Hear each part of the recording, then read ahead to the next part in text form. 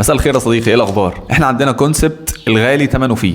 حاجه غاليه تبقى جامده، بس ازاي بقى بيضحكوا علينا وبنشتري الحاجه الغاليه ونبقى مبسوطين وفاكرين ان احنا وفرنا فلوس؟ في علم النفس السلوكي في مبدا خطير جدا اسمه الكونتراست افكت او مبدا التباين. ببساطه هو ان انت بتشوف الحاجه مش بقيمتها الحقيقيه ولكن مقارنه بالحاجه اللي قبلها. مش بتقيم الحاجه لوحدها، انت بتقيم الحاجه بناء على اول حاجه شفتها من الحاجه. يعني ايه برضو؟ انت لو شفت حاجه غاليه اي حاجه بعدها من نفس الحاجه هتحس ان هي رخيصه طالما سعرها اقل من الحاجه الغاليه اللي انت شفتها. سيبك من الكلام ده كله، تعال اديك مثال جامد قوي. عندك مثلا سيلز العقارات، بتبقى انت حاطط في دماغك ريكويرمنت معينه لحاجه انت عايزها او لشقه انت عايز تشتريها. هو بيبقى فاهم كويس قوي مبدا الكونتراست افكت ده، سواء هو فاهمه اصلا او بيمارسه وخلاص. في ناس بتمارس الحاجه زي البائع اللي هحكي لك قصته دلوقتي اللي ضحك عليا. يعني في ناس فاهمه بيع كويس وفاهمه علم النفس السلوكي والتاثيرات والكونتراست افكت فبتعرف تستخدم ده، وفي ناس هي بس بتمارس الحاجه دي. بيعمل ايه سيلز العقارات ده؟ هو ان هو بيبتدي يجيب لك شقه وحشه جدا وغاليه جدا، فانت اول ما تشوفها يعرضها عليك ويوريك، فانت ايه ده؟ هي شقه وحشه وغاليه،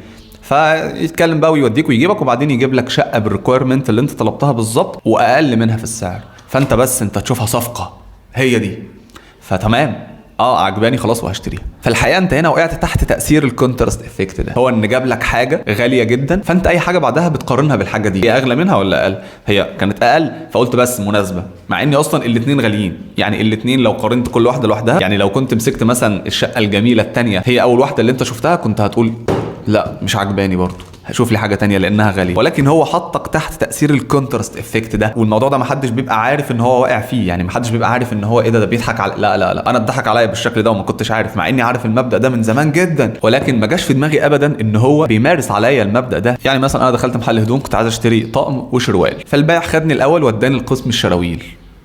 ده بايع فاهم. ليه؟ هقول لك. خدنا الشروال جميل، كام يا عم؟ 600 جنيه.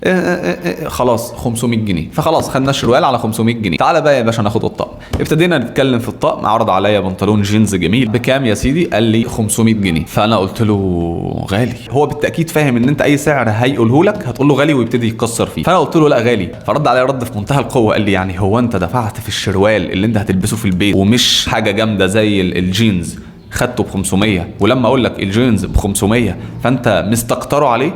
طب خلاص احنا هنخليه ب450 وخلاص بقى مش هنتكلم فيه تاني. فانا كنت مبسوط جدا وشايف ان دي صفقه، يعني فعلا هو عنده حق 100%. انا رضيت بالشروال اللي هو شروال ب500 جنيه، مش هرضى بالجينز اللي هو الجينز ب450 جنيه. صفقه، ولكن انا اتضحك عليا لاني اصلا الشروال لا يساوي هذه القيمه وهي ال 500 جنيه، ولا الجينز يساوي هذه القيمه اللي هي 450. طبعا دي ارقام افتراضيه، دي مش الارقام الحقيقيه اللي انا اشتريت بيها، بس يعني بلاش اقول احسن الارقام اللي انا اشتريت بيها عشان ما حدش يضحك عليا في الكومنت. البياع ده اصلا ممكن يكون مش فاهم ان في حاجه اسمها كونتراست افكت وفي علم سلوكي والكلام ده. لا هو ممكن يكون بيمارس ده واكتسبه من حد قبله خبره بائع او حاجه. فهي دي الخبرات اللي بيكتسبها السيلز، يعني فن البيع، او ان هو يوقعك تحت تاثير معين فيبيع لك بجد بشكل معين وانت تبقى خارج مبسوط ومتكيف. انا خارج فاهم ان دي صفقه. انا ما اكتشفتهاش في ساعتها خالص. انت عارف انا اكتشفتها امتى؟ وانا بتكلم مع حد عن الكونتراست افكت ده في مره، فجيت بالي الموقف كده سبحان الله، فربطت الموقفين ببعض. قلت ايه ده؟ طب ما انا اتعمل فيا الموقف ده. فدي كانت قصه البياع. عارف انت الترند اللي طالع فتره كده، وهو ان يبقى اتنين واقفين في المحل، واحد عند الكاشير او بعيد شويه والتاني هو اللي بيقابل الزبون او العميل ده ويقعد يتكلم معاه ويقنعه بالحاجه. العميل بيسال اللي واقف معاه بيقنعه بيتكلم معاه اللي هو المفروض السيلز، يعني بيقول له الحته دي بكام او القطعه دي بكام. فالراجل ده يروح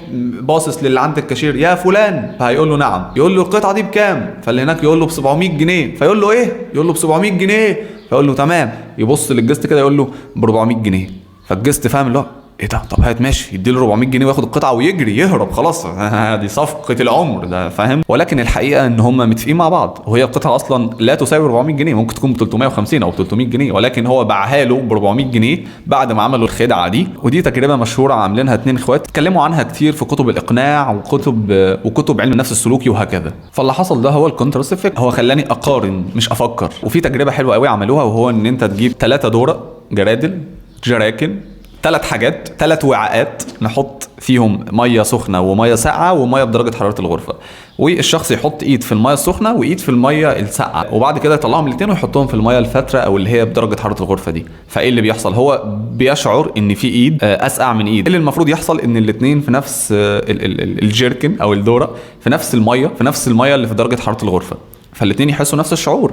مش ده اللي بيحصل. هو الايد اللي كانت في الميه السخنه بتشعر ان هي بقت في ميه ساقعه، والايد اللي كانت في الميه الساقعه بتشعر ان هي بقت في ميه سخنه. عشان كده هتلاقي دايما الناس بتنصحك انك ما تقارنش، لانك بتقارن غلط. انت مش بتقارن بشكل عادل، انت مش بتقارن الحاجه بذاتها، لا، انت بتقارن الحاجه بحاجه قبل كده انت شفتها. الفكره ان التاثير ده طبيعي جدا وبيحصل وانت مش واخد بالك. فالمره الجايه لما تشتري حاجه، لا، اقف بقى وخد بالك، هو انت بتشتري الحاجه دي فعلا عشان انت محتاجها؟ يعني قيمتها بالنسبه لسعرها مناسبين معاك انك تاخدها، ولا انت واقع تحت تاثير الكونتراست افكت؟ بس فتمام كده.